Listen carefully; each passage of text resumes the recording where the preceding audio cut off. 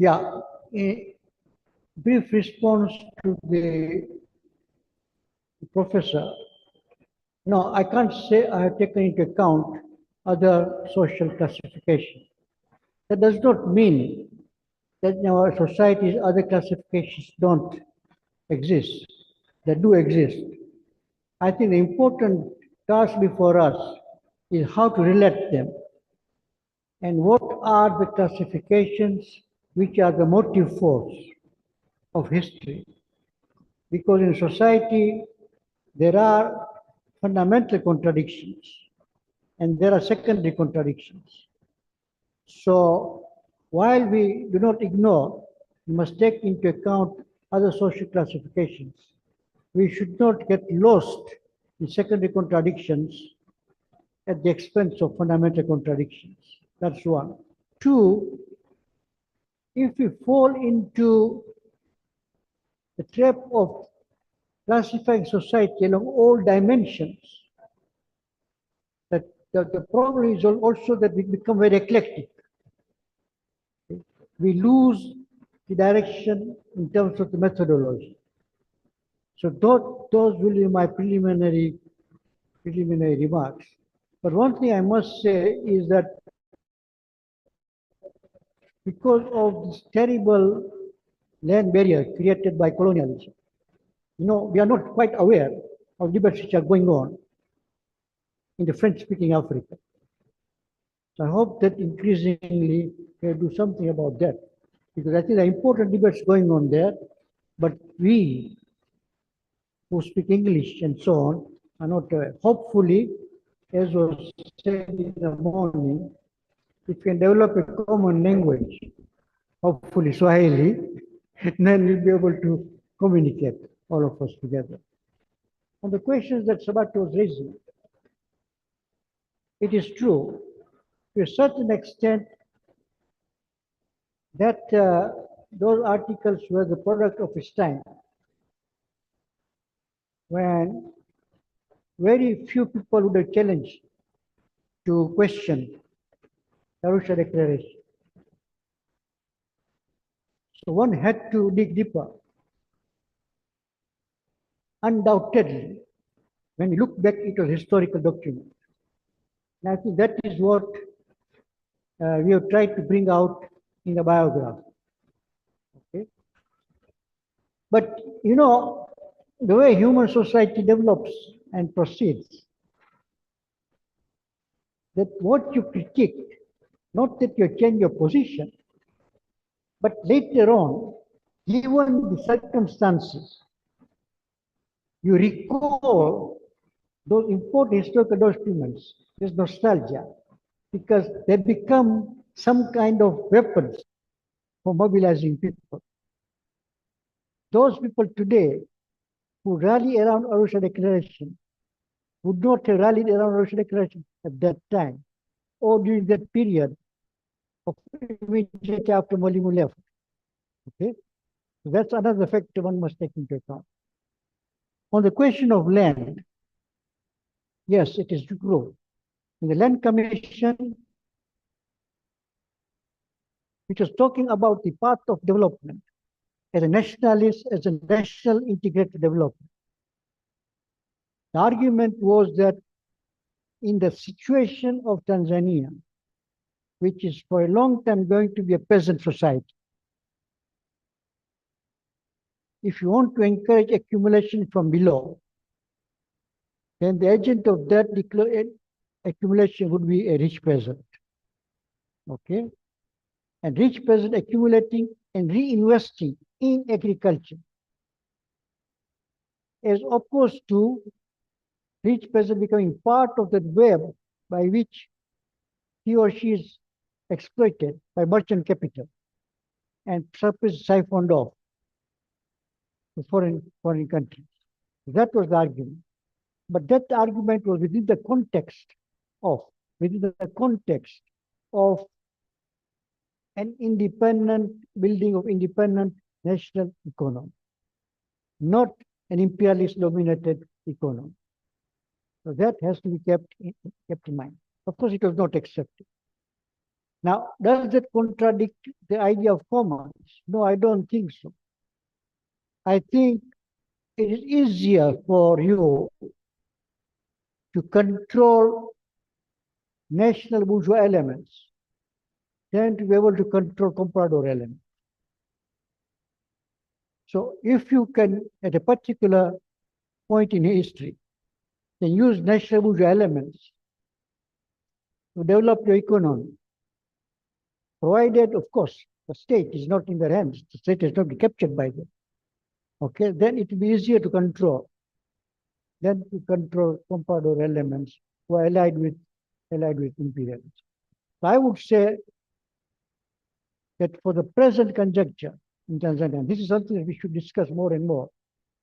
A fight for the commons is an extremely important struggle around which people can be mobilized. And commons, not only commons in terms of resources, but commons, knowledge as commons, okay, which is what we can argue at the academic level. I suppose there's the debate about the National Democratic Revolution, which alludes partly to your comparison between a comprador element and the non-comprador patriotic um, semi-bourgeoisie or bourgeoisie, and puts in a continental context. Perhaps also looking at geopolitics. You talked about the DRC situation and the minerals agreements that have been concluded with the United States. We look at places like Djibouti, we look at Somalia, and all of the deals that are being done around. Is there still anything to look forward to in terms of the National Democratic Revolution? Samir Amin spent almost all of the last part of his years campaigning, advocating, arguing at every turn on the imperative for us to either have that National Democratic Revolution or surrender to barbarism. Barbarism seems to be taking over. It's true, Bio. At that time, we talked a lot about National Democratic Revolution as a phase. Of course, the theory came from China, from Mao. But I would like to debate. I think, given the current situation, can you talk about National Democratic Revolution? Because what is under attack is nation itself. Okay? Nation itself is under attack, number one. Number two, what is left of the sovereignty of the state, frankly? What is left of it? So there's another concept, another idea which we have to revisit.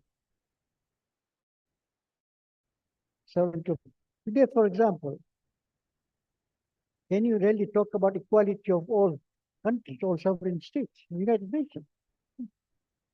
That doesn't make sense. Okay? So don't we really have to go beyond those concepts? I don't know what the new concept will be. But can we today talk about national democratic revolution?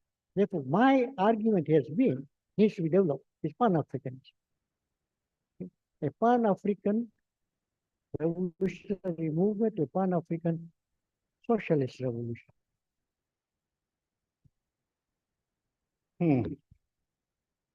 Who still believes in Pan-Africanism? Because after all, I mean, you wrote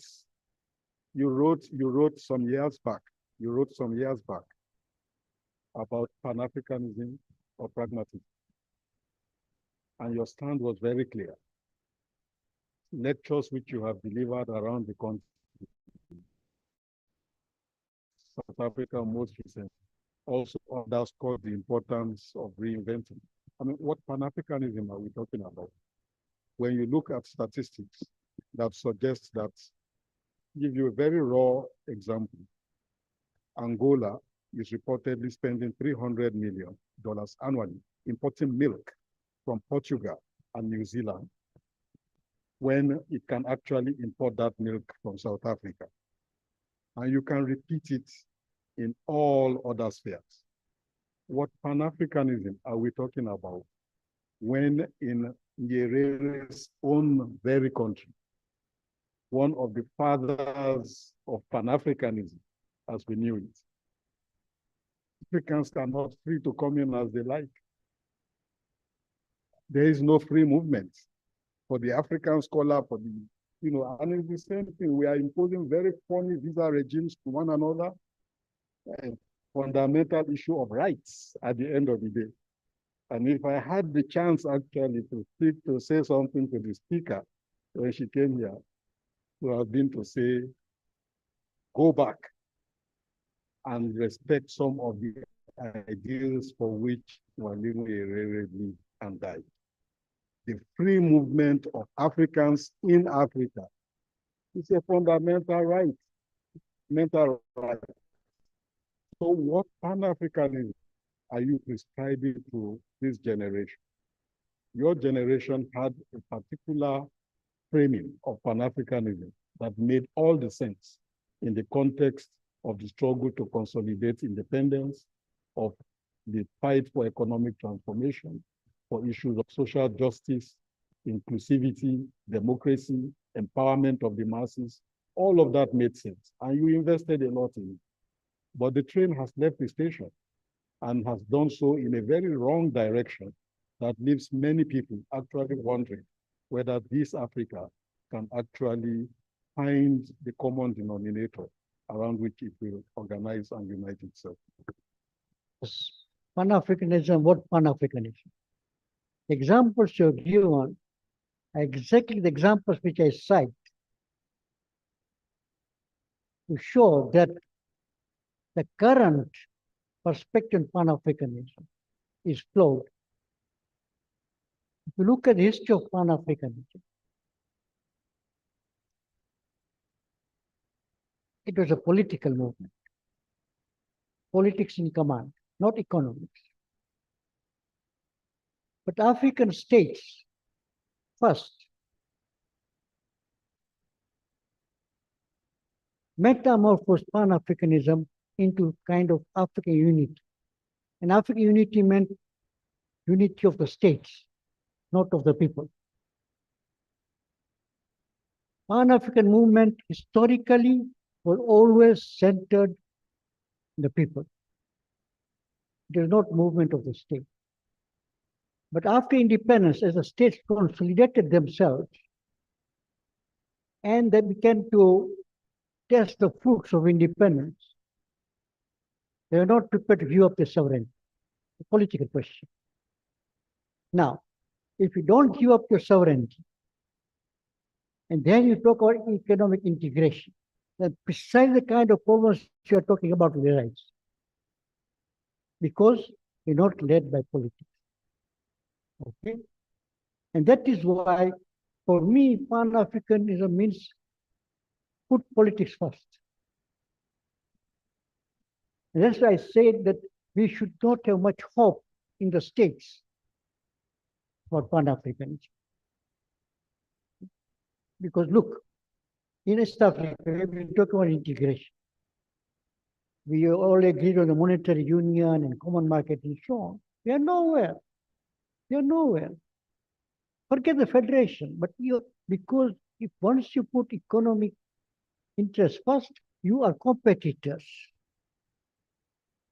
You see? While Pan-Africans require solidarity. It should be politics. I think that is where, now looking back, in a sense, Nkrumah's slogan, political kingdom first, made lot of sense. And therefore, Nkrumah's advocacy of Africa should unite now, also now makes sense. Then Nyerere wanted gradual movement. But gradual movement meant that states consolidated themselves. Okay? And he admitted it in 1997 speech, in his Ghana speech, that Nkrumah was right. Okay? And he was wrong. So the Pan-Africanism I'm talking about today is one, political, two, Pan-Africanism of the people. Okay? And our young people, actually, you'll be surprised, at least my experience, my limited experience says, that one thing in Africa is the Pan-African spirit is still very fresh, even among young people. Unlike many other continents, many Pans have died, but in Africa, Pan-Africanism still has resonance, particularly among young people. It still has resonance.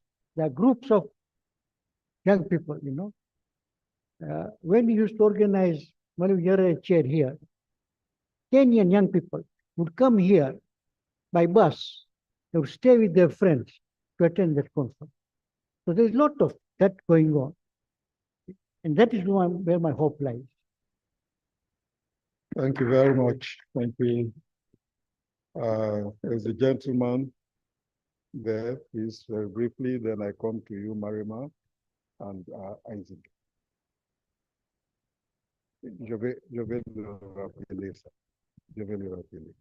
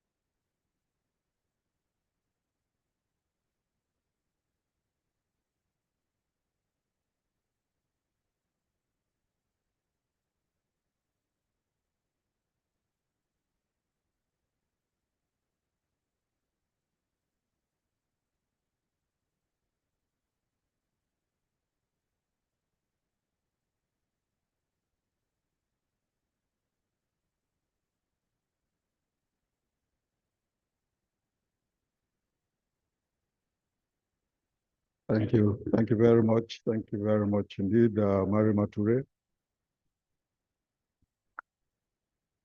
Merci beaucoup, Bayo. Et bonjour à tout le monde. Je suis contente de vous retrouver. Je suis arrivée en retard. Donc, je n'ai pas eu la chance de lire le livre de Issa. Et je ne sais même pas si j'aurai la chance de le lire parce qu'il faudrait que le codicial le traduise. Et cette question de la traduction, elle est très importante, mais ce n'était pas pour ça que j'ai demandé la parole. Moi, je suis toujours très contente d'écouter Issa parce que il n'est pas seulement le dernier des Mohicans, mais il est le dernier des idéologues. Et je pense que ce qu'il fait toujours, c'est de nous rappeler que l'idéologie est non seulement importante, mais fondamentale pour transformer la société. Parce qu'à la vérité, c'est la société qu'il faut transformer. Mais C'est particulièrement important dans cette ère de Trump, parce que je suis en train de me demander si dans cette conversation très belle qui me rappelle les années de l'idéologie, qu'est-ce que les Américains peuvent apprendre pour leur propre défense dans ce que Trump est en train de faire des universités? Nous arrêtons les subventions, nous formons les universités, parce que maintenant, il ne faut plus simplement combattre l'idéologie par l'idéologie, mais il faut combattre par la finance. Et ça, c'est une première dimension. Mais Issa, moi, dans les questions qui se posent ici, j'ai l'impression d'être dans mes années jeunes marxistes. J'étais marxiste, je revendique encore le label, mais je milite dans un parti marxiste et communiste. Mais j'ai l'impression d'entendre et donner, camarades. Quand on disait qu'est-ce qu'on fait de la question des femmes, qu'est-ce qu'on fait des autres stratifications qui traversent la société, les camarades nous répondaient à l'époque, Marema, nous devons combattre la contradiction principale parce que seul, et encore je répète, seul, le prolétariat a la vocation et la force de transformer la société. Donc c'était la lutte des classes. Et c'est seulement après qu'on devait s'attaquer aux contradictions secondaires. Et la question féminine, la question du patriarcat et la question générationnelle, elle était une contradiction secondaire. Et ça, j'ai l'impression de réentendre ça. Et je pense que sur deux choses, sur la question du panafricanisme, c'est la première fois, enfin, la dernière fois j'étais au Kenya, mon visa, je l'avais obtenu avant de partir. Quand je pars à Addis Abeba, j'ai la chance de sortir un passeport diplomatique et on me laisse partir. Je suis restée hier 1 heure de temps à l'aéroport pour avoir mon visa à l'arrivée. Je ne comprenais pas le débat qui se passait entre les gens, mais j'entendais seulement ECOWAS, ECOWAS, ECOWAS. Et ce que je devinais, c'est que ces gens-là, ils disaient, elle est tellement différente parce qu'elle nous vient de l'ECOWAS. Alors, à un moment, j'ai dit aux policiers, mais est-ce que je suis dans le pays de Kourouma?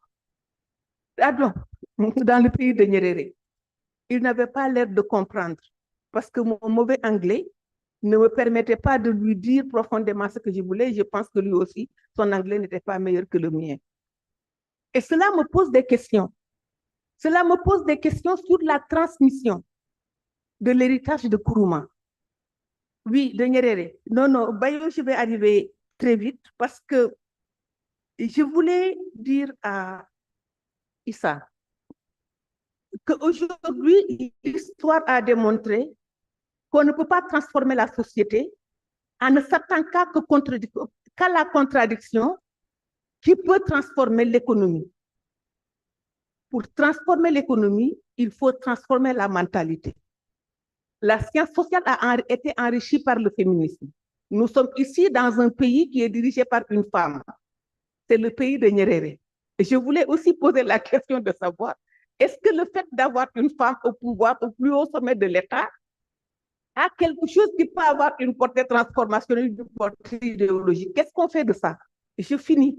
Je disais simplement qu'en discutant avec les taxi drivers, j'en ai eu 3 depuis que je suis arrivée hier, mais les points de vue sont très controversés parce que j'ai discuté avec eux en tant que sociologue et c'est très controversé. Merci beaucoup. Thank you very much, Marima. Isaac.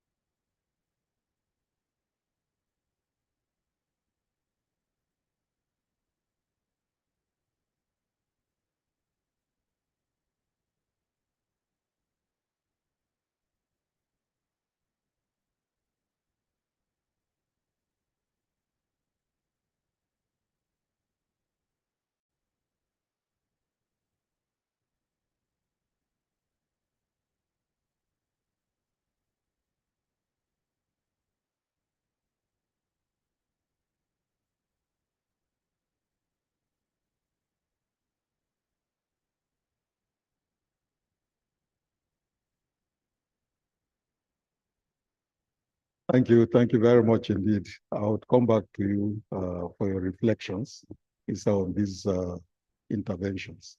And then I want to pinpoint certain people who are here with us. It's a privilege to have you, Saida, to say a few words, Jimmy Additional, also to say a few words before we begin to round up the session. Back to you. Most of these were comments, so I will not have much to say. I agree with most of the things that you said. You know, this issue of African solution to African problems, the question that you raise, whose problems and whose solutions? We have M23 problem in DRC, Eastern Congo. SADC, inside community, send their troops to do what? To defend. What do? They withdraw with tails between their legs. So now, Tshisekedi is making a deal with Trump to get security in return for selling his mineral. In Ethiopia, in Somalia. That guy wants to use the control of his ports to the US in return for security. Are those African solutions to African problems? Where is AU in all this? What can AU do when AU itself is so dependent? Where is independent thought? It is so dependent. You know, we cannot raise our fingers on most important fundamental issues facing Africa today. We don't have a say on what is going on in the world. So what kind of African solution? Are we expecting our states and these present regimes to provide solutions to African problems? Really? I think we should overcome that. Okay? That period is past. We have to think differently. And we should place our hope in the people who matter. Okay? And that is where the intellectuals come in. This is where the intellectuals come in. It is we, the intellectuals, the committed intellectuals, who have to articulate the current problems. Okay? And what possibilities and potentialities are there for resolving our problem. And we should be able to make our voices heard as intellectuals. But we are also not playing that role. And that is the whole purpose of this Kampala Declaration and the Dar es Salaam annexation. What is our responsibility? Previously, in 70s on, there's a strike of students in Amadou Bello. Students are beaten up by the state forces. Tanzania students issue a statement of solidarity. Students are killed in Lumumbashi. Tanzanians issue a statement. Okay. Kenyan young students are thrown out by Moi. They are given place in Tanzania. They stay with people here. Okay. Where is it now? It's not there. So the question is, we the African intellectuals, what is our responsibility? Why are we so afraid? Why don't you raise our voices at least? Articulate, write, raise your voices. And for that, we have to build an African community. So most other areas have the intellectual communities. One of the main purpose, God will remind me if I'm wrong, of Odessa was to build that African intellectual community, where we can interact with each other. I think Mafede was leading this. In all writings of Mafede read everything that was produced by Africans. And in his writing, he hardly ever quoted anyone outside. He quoted Africans. Okay? We should be able to interact with each other. That's the meaning of African intellectual community. And that is another important purpose of the Kampala Declaration, to build an African intellectual community where we can collectively raise our voices. Mind you, as individuals, we are nothing. But as a collective, yes, we mean a lot. And you must raise our voices. That's the only point. Thank you very much. I think implicit in Penda's question, and to some extent followed up by Marima Ture, is a return to the issue of context. 1990, Udasa and Kampala, Dar es Salaam and Kampala, occurred in the context of a Cold War era that was coming to an end, and a post-independence nation-state project that had lost its course, with structural adjustment and the neoliberal project taking over. That defines the context for Dar es Salaam. For Kampala. You argued, and I think correctly, that Kampala was a bit excessively focused on the concerns of the intellectuals and not sufficiently embedding those concerns in the broader struggles of the working people, to see them as two sides of the same coin. And in a sense, part of what you have proposed for Dar es Salaam is for us taking into account the context in which we find ourselves today, of a global order that is unraveling, of a crisis of leadership, to put it diplomatically, that confronts us across the African continent, of a need to reinvent, as it were, a project of society on a Pan-African scale, that we can no longer run away from the challenge of defining our academic freedom in the context of the broader responsibility which we have for society. Is this a fair summary of what you see as the difference between Kampala and the Dar es Salaam annex? Yeah, well, you summarize it well. You summarize it well. And that is the whole purpose of this annex to the Kampala Declaration. So when you revisit the Kampala Declaration, we have to revisit it in the new context that we are facing today. And the world situation, very dangerous world situation in many ways. And you see, we seem to be sitting on our laurels, you know. It's a very dangerous world situation. This situation is almost on the brink of the war. Okay? So now in this context, what is our responsibility?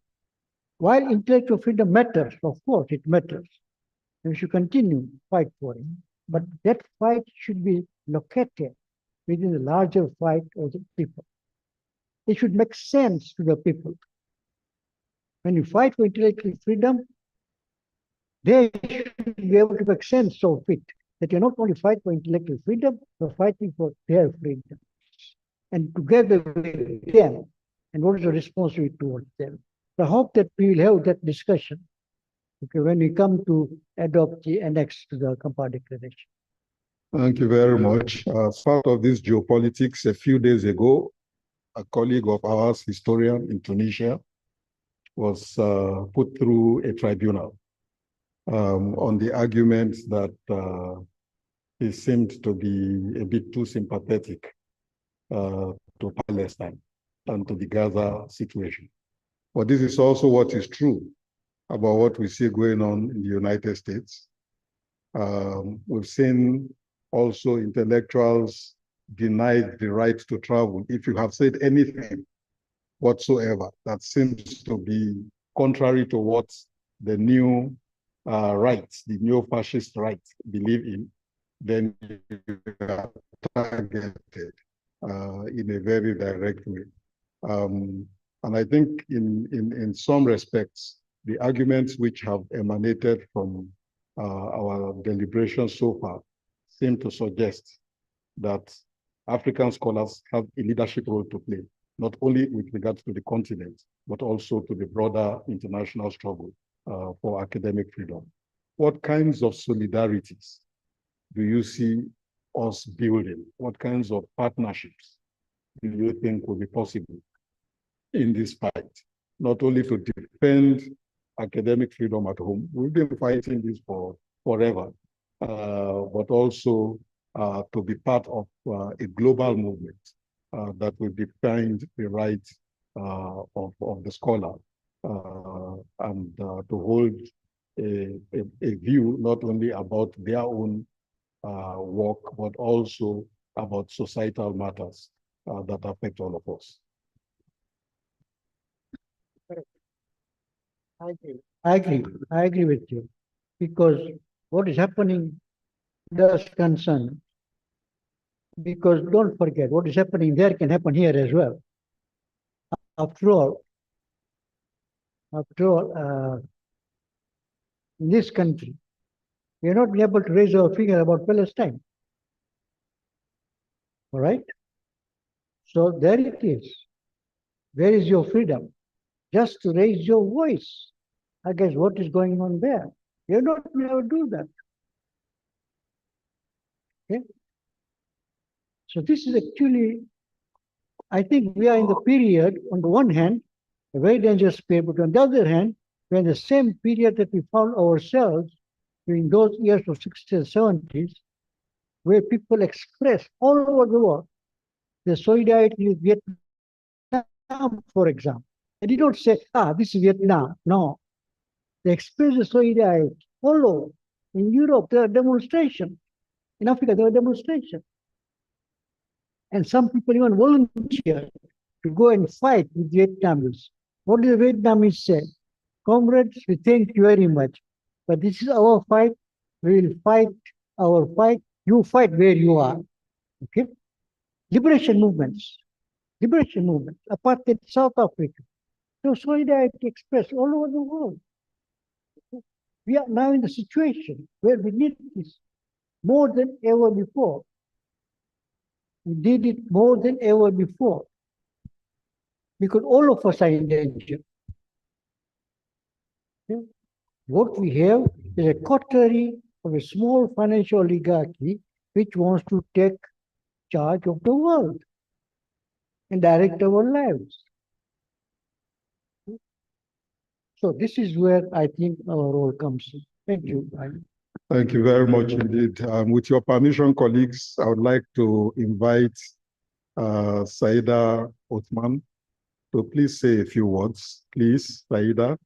Saida is a veteran also of the Dar es Salaam School and one of the sources of great inspiration to many of us. Saida. Since this is a codestral conference, I think I can be bold enough to call you comrades. But I don't know why I deserve this this honor, but thank you very much for it. I will start by congratulating Issa again for his life achievements. And I think the documentary was a very fitting tribute to his life's work. I don't have much to say, but the Kampala Declaration, the first sentence of the Kampala Declaration says, academic freedom has been under attack as never before. Now we need to bold that, to underline it, to highlight it, because basically nothing has changed. Things are even worse than they were in 1990. I was a bit out of the academic loop for the last 10 years since my retirement, but recently I got attached in some way to a university, a state university, and I was absolutely appalled at the level of control that is being imposed on universities. Everything is being controlled from the TCU, from the ministry, from the IUC, and there's hardly room to move. Not only are you told what to teach, but you are told how to dot your I's and how to cross your T's. It has come to that level. And of course, the question that we need to address is, okay, we have the Kampala Declaration, the Dar es Salaam Declaration, but how do we put it in practice? What do we do to bring change? Because at least in Tanzania, people are lecturers, students, they have to watch each other's back. They are looking behind all the time to censor themselves on what they say, on what they do. You need a research permit, not from the university, but outside, on what you can write, what you can research. And you really feel that people are very, very constrained and even afraid. Issa said something when he was talking, that we should be grateful that we have this space to talk, that in other places this space would not be available. Now, we shouldn't be complacent about that, because just a few months ago, a women's organization organized a women's conference, an international one. Everybody had arrived, just like we have arrived from wherever we were here. The day before, that conference was canceled. The day before. So people had to pack their bags and go back without meeting, without discussing anything. So Codestia, I think, has been very lucky. We have been very lucky that we've been able to meet and are able to discuss all these issues. But we should not be complacent. And I think in the days to come, what we need to do is discuss what it is that we do to attain academic freedom. Because now we don't have it. We have not had it for the last 30 years. Thank you very much. Thank you very much.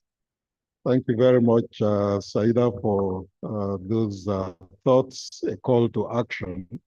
The second academic freedom officer full-time that Codestia had, Ebrima Sal was the first.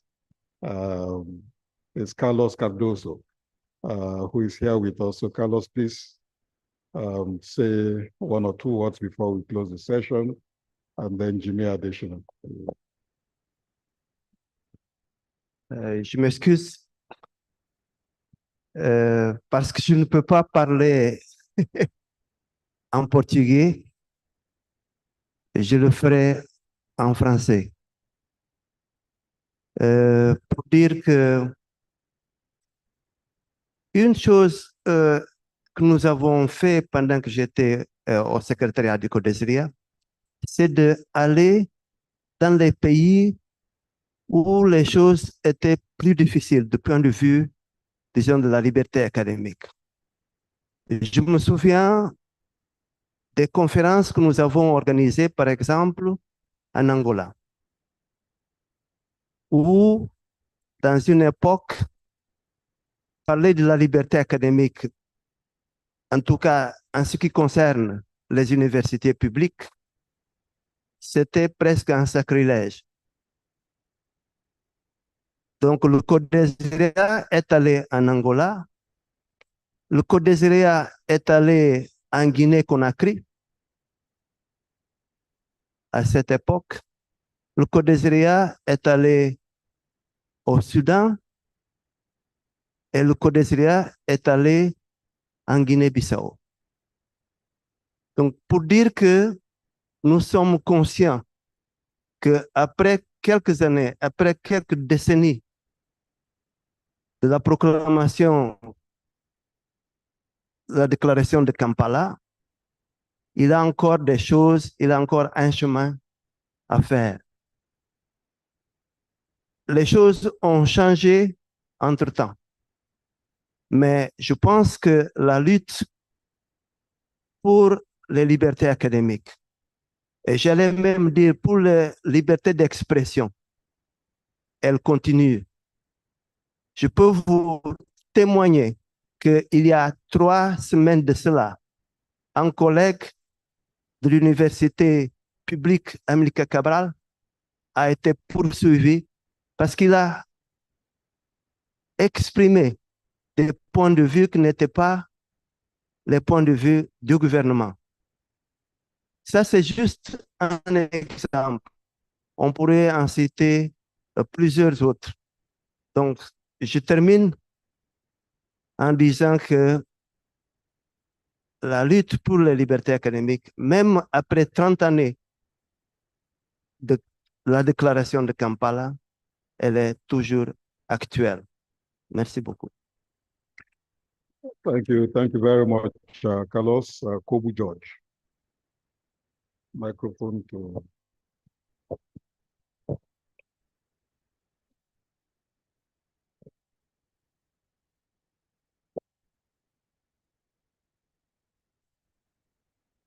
Merci beaucoup, cher Bayo.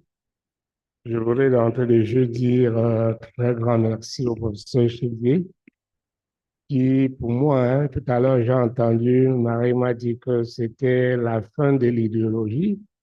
Je crois que c'est même le début de l'idéologue du Corésia, parce que je crois qu'il nous inspire beaucoup dans sa modestie en tant qu'intellectuel. Il nous a édifié beaucoup de choses au Corésia. Et je crois que si certains pensent que plutôt qu'il est à la fin, qu'il est à la sortie, je pense qu'il est encore au début. Et je crois que l'entretien que vous avez eu à deux est assez révélateur de l'esprit qui anime le professeur Chidi. Et je remercie beaucoup le Corésia d'avoir fait cet hommage. J'avais dit la dernière fois qu'il est important que nous fassions les hommages aux gens pendant qu'ils sont encore là, au lieu de le faire de manière post-scriptum. Et c'est pour ça que je crois que vraiment ce qu'on a fait aujourd'hui là, ça va en droite ligne de ce que l'institution doit d'abord faire. Merci beaucoup pour cet hommage. Je voudrais juste un peu ajuster, j'ai déjà dit un peu, hein, que lorsqu'on regarde un peu en 1990, c'était quoi? C'était un peu le début du processus du multipartisme. Et on peut penser qu'à l'époque, il était plus facile aux intellectuels, dans le contexte de la revendication multipartiste, que les gens essayent de s'inscrire dans cette mouvance-là avec la conférence de Kampala sur les libertés académiques. Alors, une fois de plus, à l'époque, les intellectuels africains étaient assez unis, hein. C'était une équipe assez soudée. Aujourd'hui, 35 ans après, je vois que le défi est encore plus important parce que il y a un peu une déconstruction de ce qui a été fait. Aujourd'hui, je disais la dernière fois que le Codessia, l'enjeu encore pour aujourd'hui, il lui faut encore 10 fois plus de force qu'en 1990 pour unir. Donc, les libertés académiques, dans un contexte où déjà les intellectuels eux-mêmes, ils jouent les jeux de pouvoir, dans un contexte où les intellectuels ne sont pas, ont tendance à se désunir, je crois que l'enjeu est encore plus important dans le cadre de la recherche de liberté académique. Donc, je crois que c'est un peu ce que je jette un peu comme ça sur le terrain pour entretenir nos débats autour des jours qui arrivent. Merci beaucoup. Thank you very much indeed, Kobu George, for that. And I'm comforted by the fact that some of the presentations will also be addressing in depth, not only the changes in the governance of public universities, but also the entrance of private universities on the African landscape and what that has meant in terms of our struggles for academic freedom, intellectual freedom. Jimmy Additional, final contribution from the floor.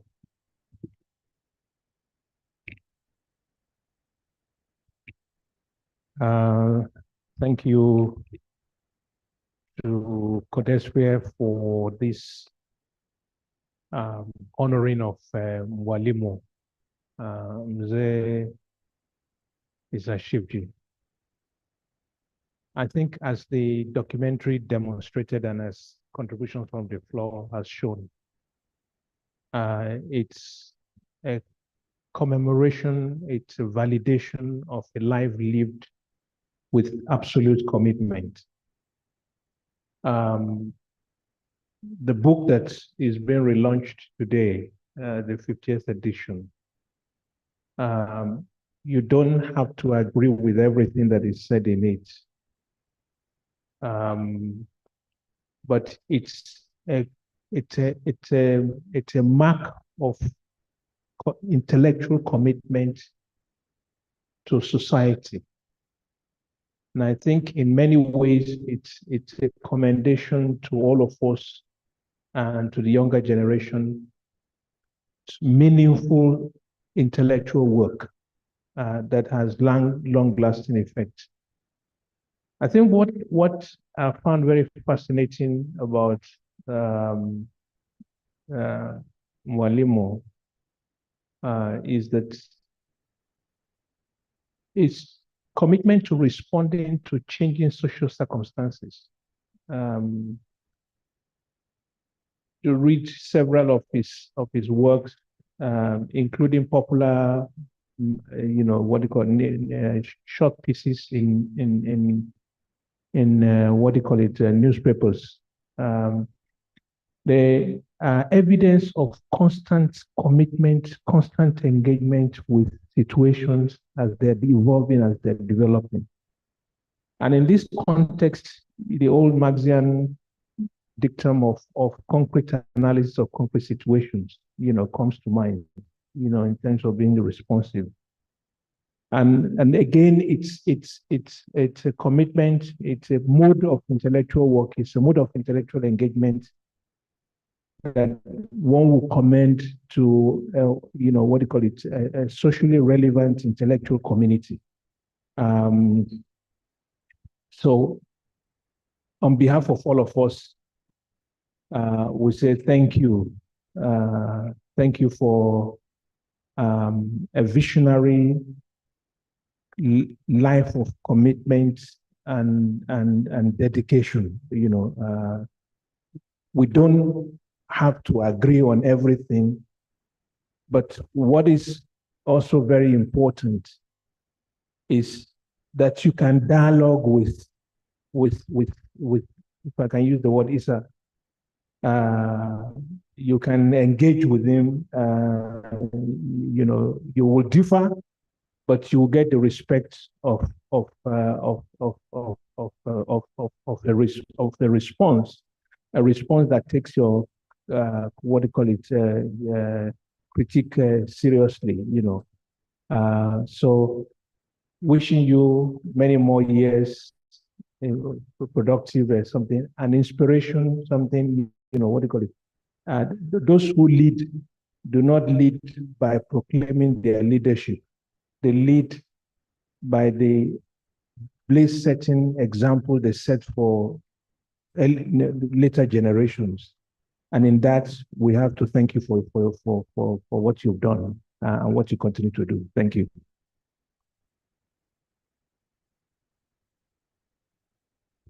Thank you very much indeed. You've been really very kind as colleagues in overindulging us in this conversation.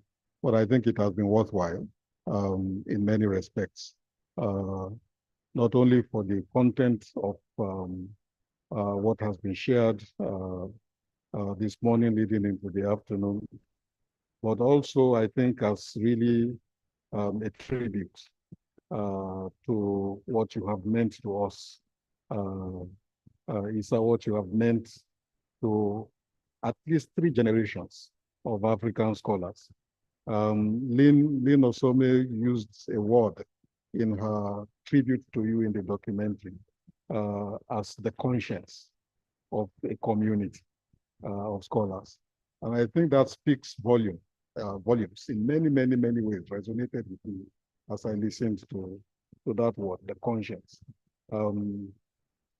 When the French philosopher, trying to remember his name now, after the war, took a placard and demonstrated against de Gaulle in France. And the police commissioner of Paris decided that he was going to arrest the irate philosopher for disrupting the peace. It was reported that de Gaulle called in the police commissioner and said, "You cannot arrest the conscience of France. Free him immediately." Jean-Paul Sartre, You cannot arrest the conscience of France. To know Isa is to know what it means to live a life not only of selflessness, but also of impeccable integrity.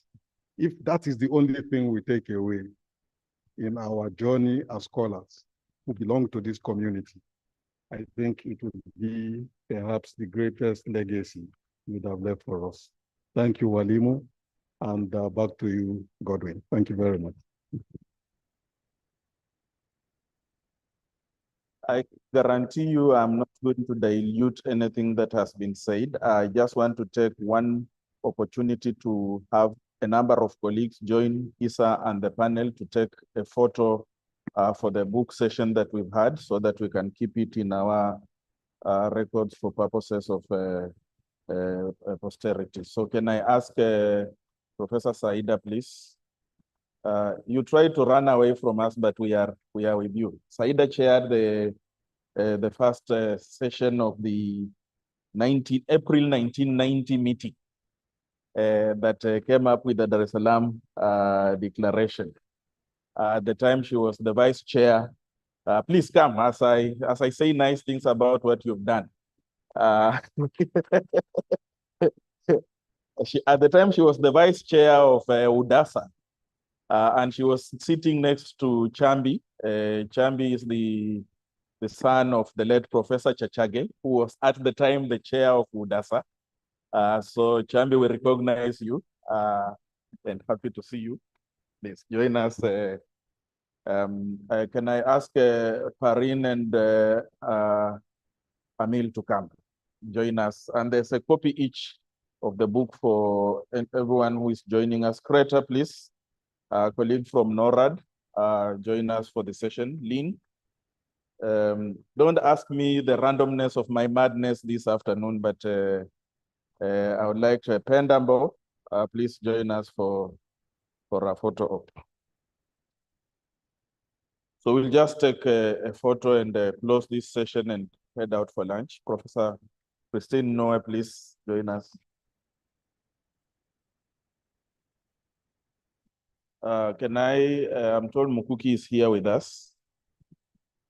Please join us for the photo. Thank you. So we'll take a photo. All of you, we have a copy of the book, so please pick a copy. We have copies of the book. Please pick a copy. And let's take a photo with the Professor Isashigi.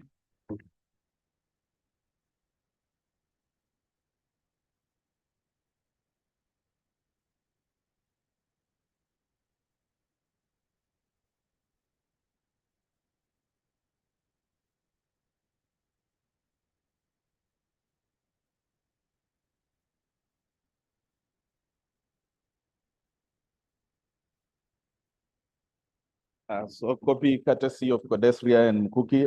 Make sure that Isa signs it before you leave. And for others, please, the book is available, and I'm sure Isa will be happy to join us in signing the book. Thank you very much. Oh, there seems to be.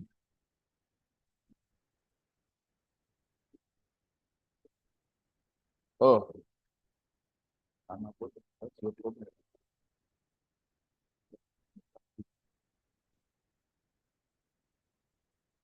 Okay.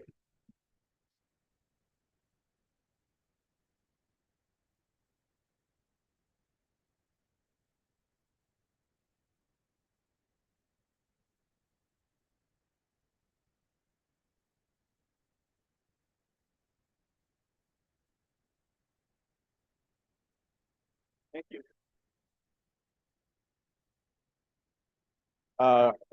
Richard, please, I will hand over to you if you can come up. Let me just say a copy courtesy of Codesria and Mkuki. And Isa can sign a copy if you want. Just to mention that the documentary that you did watch earlier today was done by Wilson Tuita. Please, Wilson, let's see your hand. That is Wilson, he put together. And Peter Moirori. right there.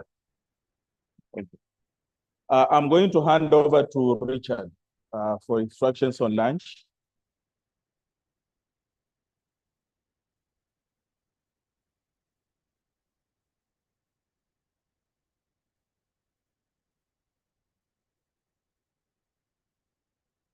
Thank you.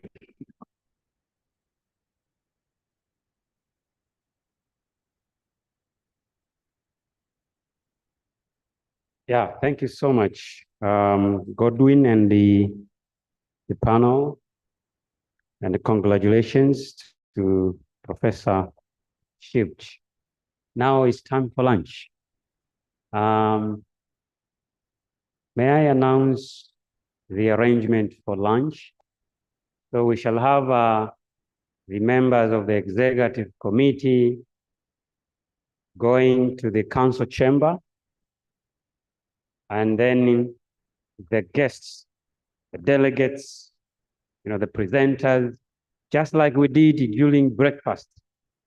We go first to the garden where we had breakfast.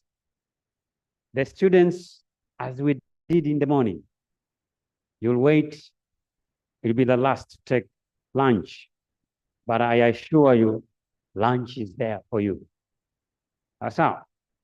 So please, the ushers are outside, will guide you as we did in the morning. Karibu sana. Let's be back in the next 30 minutes, if not 40. Gordon is saying 1 hour. Okay, let's be back in 1 hour. Sawa. Hongera sana. Asante sana.